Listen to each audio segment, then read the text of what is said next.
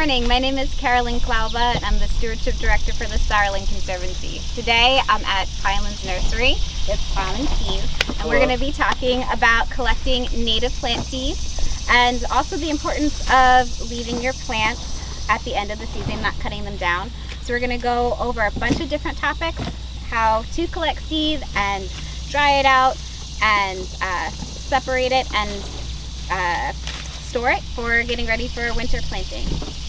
I'm Steve Kinesic from Pinelands Nursery. I'm our seed production manager, so often you can find me out here collecting seeds or planting flowers and taking care of our wonderful wildflowers out here. This is my brother Tom. And I'm Tom Kinesic. I'm the general manager of Pinelands Nursery and kind of oversee a lot of the nursery operations. And as we've talked on previous videos, it's a family business that our parents started back in 1984, so we're the second generation that's coming, and one of the newer things that we kind of helped start was our seed enterprise. So how many different plants do you grow from seed here at Pinelands? Oh, I think that really varies. Yeah, it varies year to year, but the number of species that we have in seed production is in between like 50 and 70 species each year.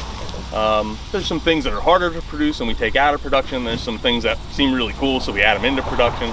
And then it's Steve's job to actually take that and make it into what is going to be in the ground and what you're seeing here. Do you do both woody and herbaceous plants or just herbaceous from seed? At the moment we're doing just herbaceous. We're kind of starting to get our toes wet in the woody seeds right now. We do have an elderberry grove, I guess, or field full of elderberries, and we have an aronia field, or Photinia melanocarpa. It's hard to keep up with the Latin name with that one, they keep changing it. But yeah, we actually produce a lot of the woody seeds that we use to grow our plants, as well as the herbaceous seeds, but we don't sell a lot of those seeds at the moment. We're testing the waters. We might start doing a little bit, but it's tough to do it unless you have like 100 different species of woodies too. Awesome. So could you tell me a little bit about where we're standing now, what plant this is, and what you were seeing when we walked in here? We saw a bunch of birds. So can you tell me a little bit about what was going on? Yeah, I can elaborate on that. So right now we're in the purple coneflower field and we're harvesting the seed right now. I have some employees back here and co-workers helping us out, and we use what's called a kasanga to collect this seed. There's probably some easier methods, but at the moment we're still working on them right now. Combine would be nice, but we're using this kasanga and we're collecting the seed heads and ripping them off, and we're throwing them in a bucket and then into our trailer. Now, when you guys had first come over, and yesterday before we kind of had disturbed this field too much, this field was loaded with goldfinches. So they're loaded up with goldfinches, and they're in here. They just land on the seed heads and they're munching on the seed. And we have another field of echinacea over here later on. We can go check that out and you'll see them popping some of the seeds out. And in the past, they've actually come in and like decimated the seeds in the field. So this year I'm coming in a little early to harvest the seed before all the goldfinches steal it all. But this field I'm going to leave it standing for them for a little while. Awesome. Yeah, so, it's kind of a you feel bad taking away the plants from some of the wildlife, but at the same time all the seed is going to be going out to places really all over the mid-Atlantic, New Jersey, the East Coast, and creating so much more habitat elsewhere. So it's a slight loss here when you're taking some seeds that the goldfinches obviously would love to eat, but you know that they're feeding goldfinches all over the place once we move them on to other places. Not just goldfinches. We just ran into a couple big banana spiders, or garden spiders. I guess they also could be called an orb weaver. I just saw a little sweat pea landing on this flower. This is a flower that's a little late to bloom, and when this plant is in bloom, it's one of the, I would say, one of the best pollinating resources for the pollinators. Loaded with butterflies, all sorts of different bees. It's pretty amazing when you come out here and you can just listen to the buzz, all the different frequencies and insects flying around you. Not just bees, but all sorts of pollinators. There's praying mantises everywhere out here. So it's really a great habitat. And since I've been doing this, I've seen, I kind of have started getting into birding. I've seen so many different species of birds. We have eastern bluebirds that frequent the area now, indigo buntings, cedar waxwings. I've seen scarlet tanagers, and they might not be foraging on this species, but with all the different species around and insect life and whatnot, and just habitat we've created, nesting habitat.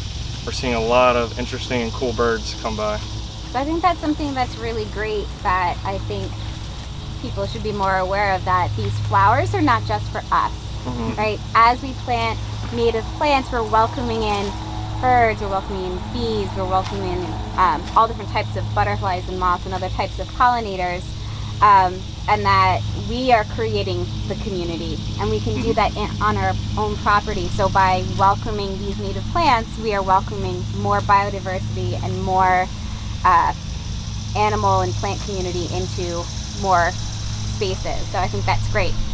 Can you tell us how you know when seeds are ready to be harvested? So this, I would say I probably came out in this field maybe 3 to 4 days early. Look, I just got a spotted lanternfly crawling up my neck. But anyway, so when I'm looking at a field, if you come over to, well, sorry, you can't move the camera that well, but I'm looking for a combination of, you know, what I'm looking for is something like that. That's what I'm looking for when I'm judging if I'm about to go collect the seed. Most of them, I want the majority of them to be kind of like brownish, turning black. This color is an indication that that's starting to ripen up, and that will actually after ripen. I think I have another one on my neck or something. This flower is starting to fade away, and another way to tell is if you grab one of the seed heads and you just kind of flake it off in your hand, and it's wet so it's not too spiky today. Sometimes if you try and do this without a glove on, it'll poke you. And you can look in here and see there's some nice ripe seed in there. So I don't know if you get a nice close-up on that, but the actual seed, I'll pull a couple of them out because there's some of the spines in there. The seed is really beautiful for this. It's a nice square pattern, and that's what all your goldfinches are going after right here, these little squares. And I'm anticipating out of this field, if we clean it all up nice, we'll maybe get 150 pounds of nice pure echinacea seed out of here. It's a lot of hard work, but it'll be worth it. Are there any general tips for collecting seeds of when you know that this is a good time to collect seeds, or is each plant different that you have to really follow that plant, you have to know that plant? Each plant's definitely different. There's things that Steve's crew will come out and they're collecting it in May and June, and then they'll be collecting some of the things like your asters and goldenrods well into November and December. As things bloom, you'll as a home gardener, you'll see when stuff starts to kind of fade a little bit, and then as Steve just pointed out, with the echinacea, the heads turn a little brown. That happens in a lot of different species, where the seed heads will start to darken and turn brown or black. And an easy indicator is just kind of what Steve showed you. Just kind of just grab that seed head and rub it in between your fingers, and if things kind of go away easily, that's usually a good indicator that it's time to collect that seed is ripe. Sometimes if you wait too long, all that seed will naturally disperse either through the wind or birds or insects, or things will actually take it away, or it'll just drop to the ground, and then you won't be able to collect that seed, but you know it's going to someplace else because something took it. But yeah, I think a major key point on that is I've been taking notes since 2014, and I say, all right, well, this is when we collected it this year. Maybe, and you look at the germination rates, and maybe the germination rate wasn't so good, so maybe I'll do a little bit later next year. Maybe that year you might have missed a little bit of the seed, and you might have collected that much. So, you know, each year I've been dialing it in. So it's a little bit of tribal knowledge to it. And the other thing is, I find the seed has the best germination rates if you let it stay on the plant the longest. So if I can collect it when it's naturally going to fall off, like that day, I want to be there the day before to collect it. And that's a good point as well, Steve, is on our scale, we're collecting from, this is a half an acre patch of echinacea here, is a lot different than when you're just collecting off a handful of plants. If it's a handful of plants, you can really gauge exactly when those few plants are going to be perfect, where we have 10 to 20,000 individual plants here, and each one of them has its own timeline. Some of them are going to be a little bit ready. You can see some that are still blooming, some that have probably dropped the seed already. So for Steve, he really has to time up and say, okay, here's the peak of where most of the seed's going to be ready. And yeah, we're going to leave some that aren't ready yet in the field. We're going to harvest some too soon, some are going to be too late, but we're getting the majority of that seed right then. And you'll even time it out sometimes. We'll come out multiple times to increase our genetics, because when you do harvest from one time, you're narrowing that genetic pool, and we don't necessarily want to do that. 2 points I want to hit on. So yeah, this one thing that's so cool about the Echinacea purpurea, or purple coneflower, is that sometimes, and growing plants from seed, is you have all the genetic diversity. These are not clones like some of the other plants you might be getting at a garden center.